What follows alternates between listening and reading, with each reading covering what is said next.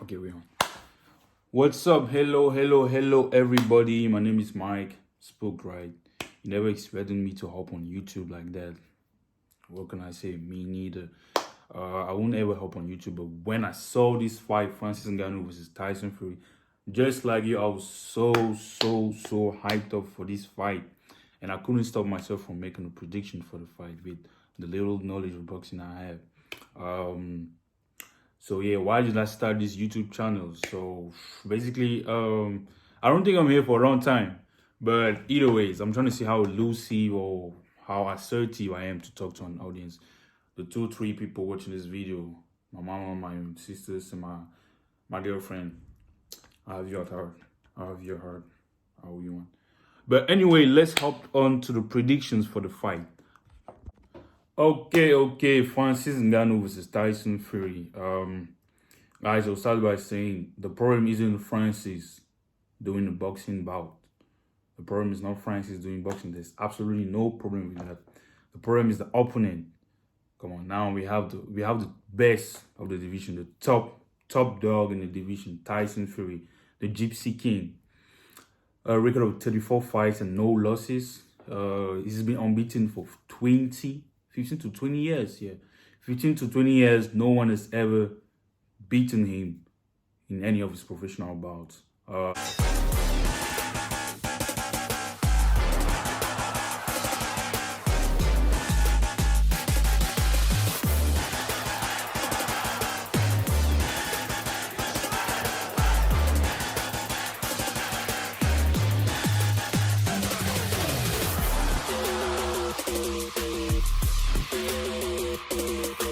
Now, Tyson Fury has a lot of qualities, to mention a few. I believe his whole boxing style mainly revolve around two things: his footwork and his jab. Footwork, that's a guy, mind you, that's a guy on fight night sometimes weighs over 260 pounds. Heavyweight, heavy as hell, but moves like a middleweight. This is something that's still unexplainable in this science of whole boxing. I don't think there's ever been a heavyweight that moves like him. He moves literally as if he weighs 155 pounds, which is quite hard when it comes to the delivering system Francis is talking about. How is he gonna land the punch? It's like, imagine trying to land the punch on something that keeps on moving on like this, like that. Nice short uppercut, splitting the guard. Schwartz trying his best. Look at Fury! What unbelievable upper body movement defensively! This is gonna be so hard. So it's gonna be a long night for Francis. The second thing about Tyson Fury is the jab. What's the fastest punch in boxing? It's not the right hand. It's not a hook. Not even an uppercut. The answer is the jab. The jab is the fastest punch in boxing. Said in other terms, the jab is a boxer's best friend. And Tyson Fury's got quite a very jab. I won't say decent. It's an excellent jab. And the issue is, he, aside from having a jab, he has 3 types of jabs. From what I've seen, from what I can observe, he has 3 types of jabs. So number one, he has the common jab, the modern jab that is all know, the power jab, just one. Okay. Then 2, he has a hammer fist jab.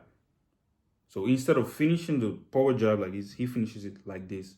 So this hammer fist jab, he can use it to break in his opponent's guard. So a boxer having his guard like this, using the hammer fist jab can easily split through the guard, can easily split through, the little openings, and using that, he can land the other punch, the rest of the punch. The most disruptive one, I would say, not everybody would think is the most disruptive one, but I think is the most disruptive one. The slow mo is going to be lovely, a flicking jab, and then that straight right hand right through the guard. I think that's brilliant. So it's like, imagine fighting someone who has a gigantic feather and keeps throwing it into your eyes. Kind of makes you blind. You can't see the other punches coming.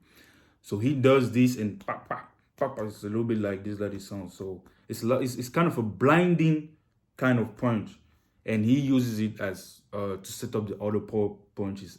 This is a very lethal technique. Not everyone. I haven't seen any other boxers use this as effectively as Tyson Fury.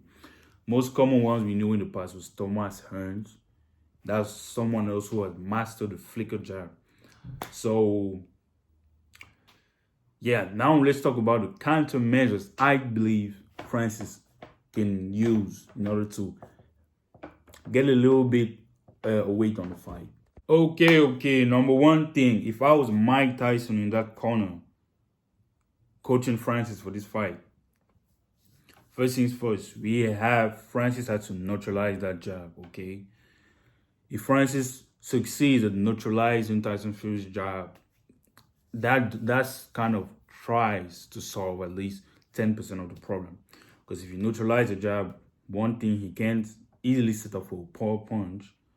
That being said, a hook, a right hand, or not even an uppercut.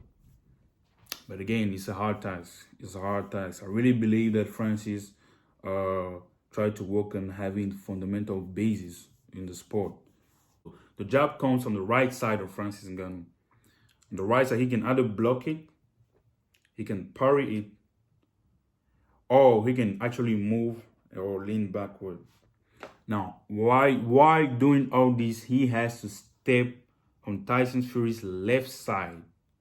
Okay? By stepping on the left side, he kind of reduces any impact that the right hand might have. So imagine stepping on this side while Tyson is maybe using his jab, throwing an over right hand or any right hand.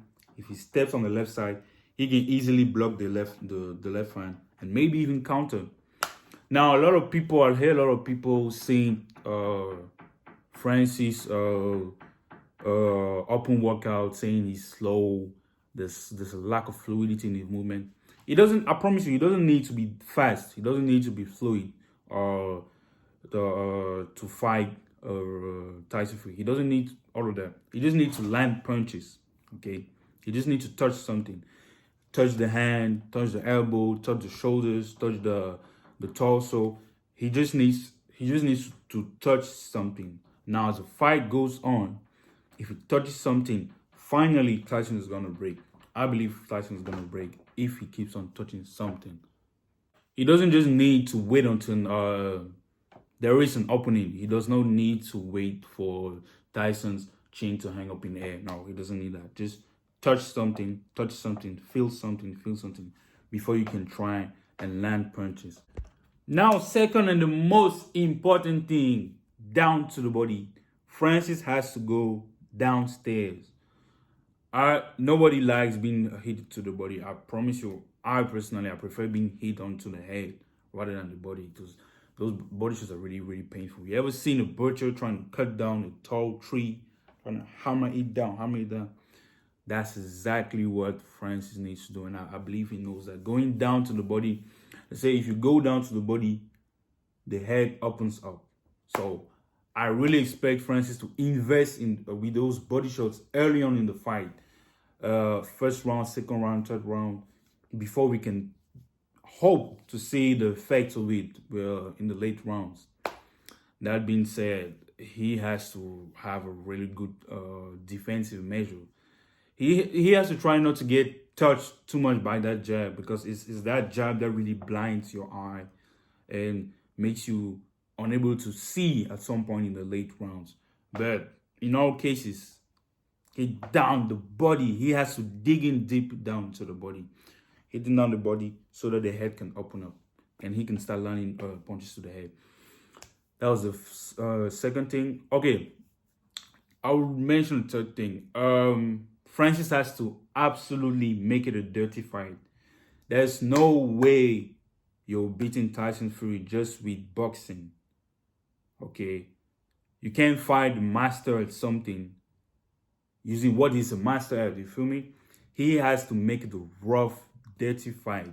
So within the clinches, when the referee says break, I'm sorry, Francis is a nice guy. Yeah, outside of the ring, in front of the cameras and all, he's a very nice guy, polite guy. But in there, We all know that Francis is a beast. He's an absolute beast. And I expect him to make it a very, very rough fight. I don't care. I don't care about the fact that they respect each other. He has to make it a dirty fight if he wants to win. Within the clinches, when the referee says, stop holding, he has to punch. That's the only way he's trying to, he can even up things, okay? In terms of skills, there's no way he can even up skills, especially in one fight with Tyson Fury. The level of skills, the bridge, the gap that separates them in terms of boxing skills is so big. So he has to make it a dirty fight. I might as well even use elbows. No, okay. Not probably elbows, but make it a rough and dirty fight.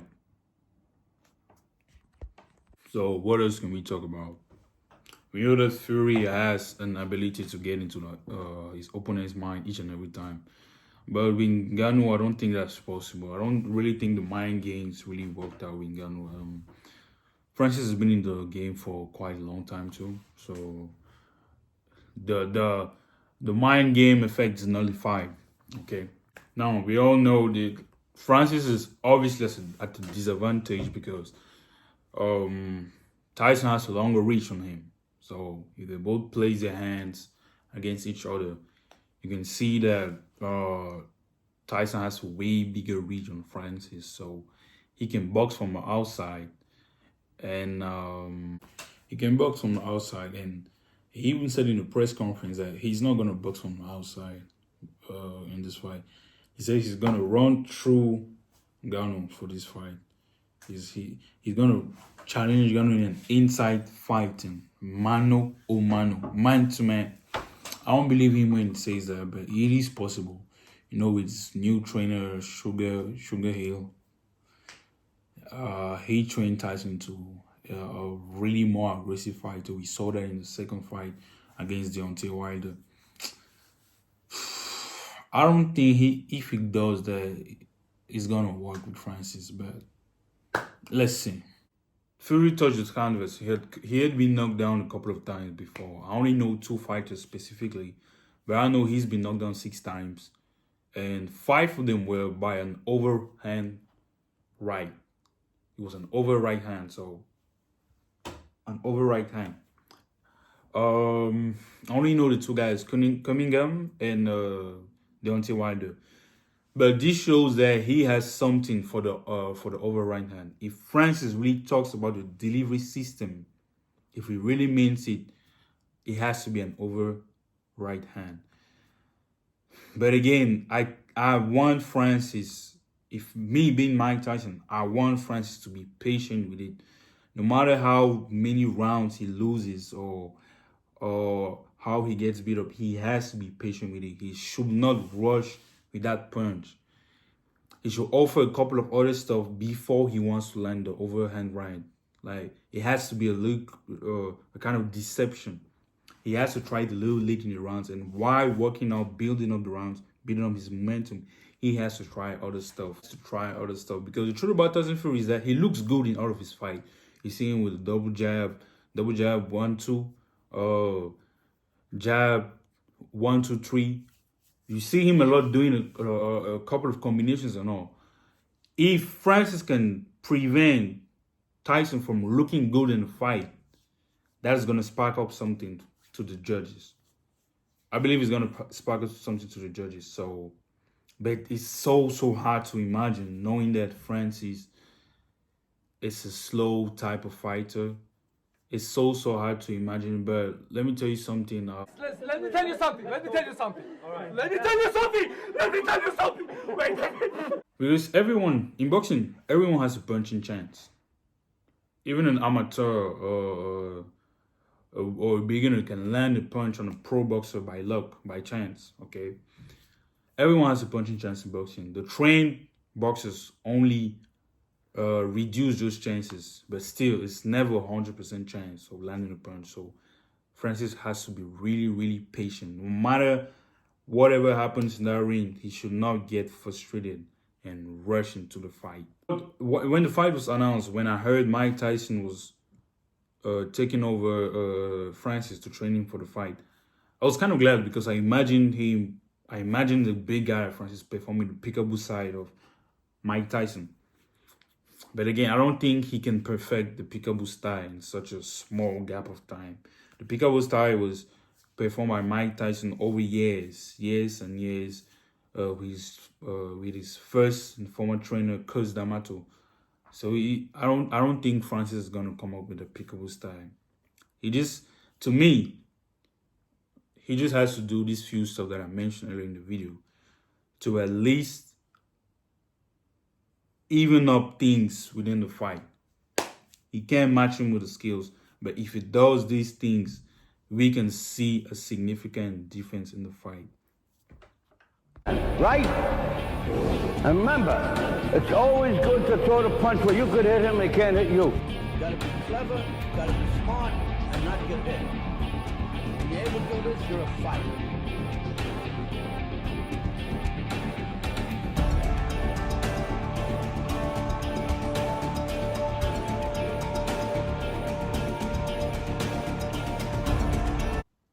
Now, another thing which I like to mention, and I think that this thing is going to work out into Tyson Fury's favor, is simply the frame of both fighters. Okay, Tyson Fury with a higher percentage of body fat, and Francis with just more muscle mass. Now, the concept that people with a higher percentage of body fat will last longer doing endurance activities as compared to people with more muscle mass is not universally true, okay? And there is a range of factors that comes with it, like such as the type of activities the fighters undergo, the overall fitness levels of an individual, and maybe the body's adaptation to these different type of endurance activities. However, there are scenarios whereby people with a higher percentage of body fat have an advantage over people with just more muscle mass. Up to now, these are just mere hypotheses based on a few stuff that I observed, a few others that I observed. But I believe it all comes down to the energy reserves. Now, as we all know, the human body stores energy in the form of fats, right? Now, doing prolonged, low to moderate intensive exercises, our body can burn this fat to produce energy, thereby preserving glycogen stores in the muscles for longer periods of time. Glucose is being stored by animals in the form of glycogen. Now, people with more muscles, they deplete their glycogen stores at a quicker rate due to the high demand of energy by their larger muscles. The only potential output of this, the only potential end result of this is earlier fatigue. Now, simply put, people with more body fat, they have the fat stored already. So whenever their body runs out of energy, their muscles run out of energy, they go and dig it inside the fat. So inside the storage, they replace the energy that is being lost. Now, people with larger muscles, they don't have enough of that storage. So whenever they run out of energy, they can refurbish themselves from the storage because there simply just isn't enough fat into it. This is what leads me to say that you see at some point in the fight, if ever it reaches the late rounds, that is 6, 7, or 8, you're gonna notice that Francis will be dropping his hands down constantly, and he's gonna look a little bit tired as compared to Tyson. This is because by that precise moment, his whole muscles will be screaming for oxygen. And I popped up a little link just below. This is just a start off, maybe if you would like to understand how the relationship between lungs and exercise. That's a good start off before trying to understand more complex stuff like the oxygen depth and how the muscles work with oxygen intake and vice versa. It's a primary source, so this is not bullshit information. Okay, this is just true facts, true simple facts, right? So this is gonna be hard again on Francis. This fact that he has just so much muscle mass. I don't know how the fight will go, but at some point he's gonna weigh in heavy with his muscles. I mean, I'm not a boxing coach, but if Francis doesn't do these things that are labeled, what we're going to watch is going to be horrible. If he doesn't do these things, we're in for public execution, a good old public execution like in the 1700s. It's gonna be really hard to watch fight fans who are rooting for Francis. So to conclude this video, it's gonna be tough. It is gonna be a long night for Francis Ngannou. It's gonna be very, very tough. If he wants to win this fight, he really has to go through some dark space. He has to go through a dark setting if he wants to win this fight. That being said, final prediction. I think the fight ends by stoppage. Tyson Fury, obviously, in the late rounds, 8, 9, or maybe final round. It can end by stoppage. Maybe even a knockout, but I'm going for a stoppage. Frankly speaking, guys, Francis has a 2% chance of winning this fight. 2% chance. But as a matter of fact, you know what? That's all we need. All we need is 2% of chance to win this fight, okay? You see this? See this fight? You see this? We're taking this fight. On va battre le type là, le continent, levez-vous. Ce sera grave samedi. Ok, vous me dites quoi? On va battre le petit. Boxing rules. On the boxing rules. He's never seen that. So I believe Francis, he waited for this moment. And he's going to use his inner tactics for this moment. Inner tactics is how you get stronger when you love, when you're sad, when you're hurt about something. It basically is everything that you've lived up in your life up to this moment. And I believe Francis is going to take up something heavy in there. He's going to dig in something heavy there from whatever he's lived through and pile it up into this fight. Tyson is in for something awkward. What we're going to see on Saturday is from Francis. I want to think it's not going to be boxing only that we're going to see tonight. There will be an accumulation of all his challenges, all what he went through, all what he's ever desired. Through pain, joy, everything. He's going to put it into this feast. And we're going to hit, we cannot outbox Tyson Fury, but we're going to hit him so hard that his ancestors will have to come down here and ask about what hit him, okay? Tyson Fury can definitely not be outboxed. That is why emphasis has been made towards building nuclear bombs within this feast.